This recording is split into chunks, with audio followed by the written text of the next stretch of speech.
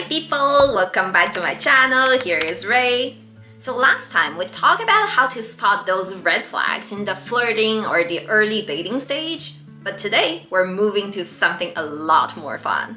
The dating tips for beginners. Now, meeting new people, I know you all have your own channels and ways to make that happen, but here's the real question.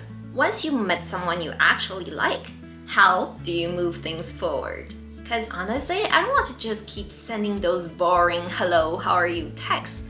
What I really want to know is, after meeting someone you're really interested in, how do you take that next step and get closer to them? So today, I'm going to share 3 psychological tricks that can help you build a deeper connection with the person you like, and maybe even get them to like you back. Now, let's get started.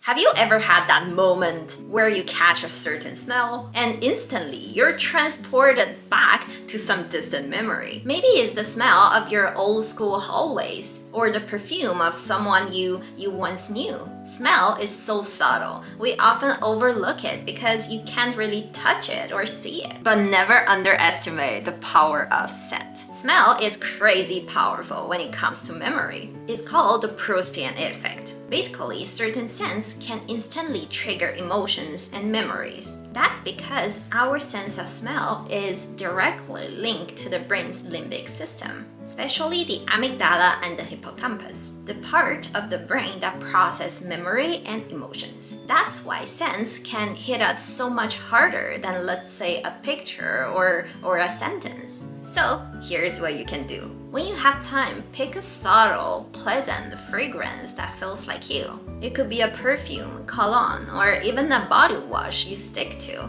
Wear it consistently whenever you're around the person you like. Over time, their brain will connect that scent with the feelings they have around you. And every time they catch that smell, boom, you come to mind.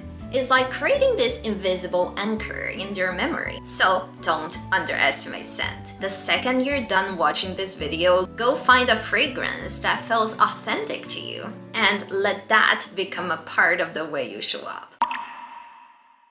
Now, this one might sound a little bit backwards. Most people would think, if I do nice things for them, they'll like me more. Because we're taught that giving and being kind is the way to win someone's heart. But psychology suggests the opposite can also work. This comes from the cognitive dissonance theory, developed by Leon Festinger. Here's how it works.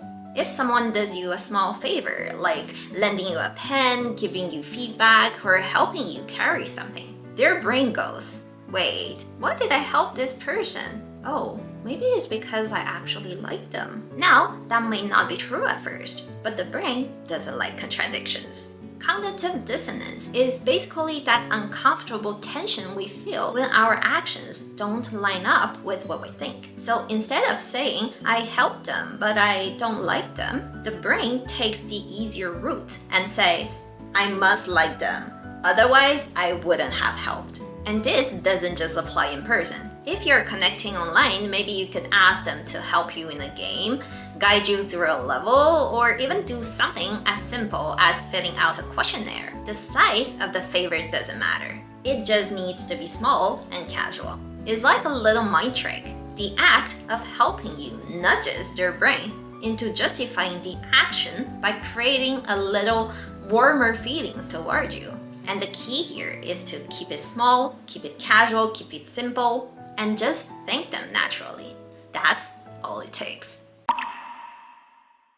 And here's the third one. Super powerful, but really underrated. Let them talk about themselves. Let me share one of my quick stories. Back when I was in college, we had this group project where I ended up adding a bunch of people on Facebook. Among them was a senior who was 1 year ahead of me. Honestly, I thought we wouldn't have much interaction after that. But no longer I added her, she messaged me on Facebook and said, hey, I saw one of your posts. It's really meaningful. How did you come up with that? And in that moment, I was like, wow, this person has some really good taste. That's so cool. That short connection suddenly and immediately opened me up. And before I knew it, we were having a real conversation. And we later become really good friends.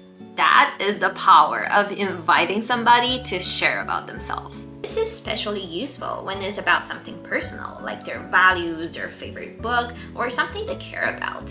And it's not just me saying this. Research shows that people really love talking about their own experiences, opinions, and stories. In fact, brain scans suggest that self-disclosure, that is talking about yourself, lights up the same pleasure center as food or even money. So, if you really want someone to actually enjoy being around you, invite them to talk about themselves. You could try to ask open-ended questions like, what's something you've been into lately? How did you get into that? What's your take on something? And here's the key. You don't have to go over the top with empathy or super long responses.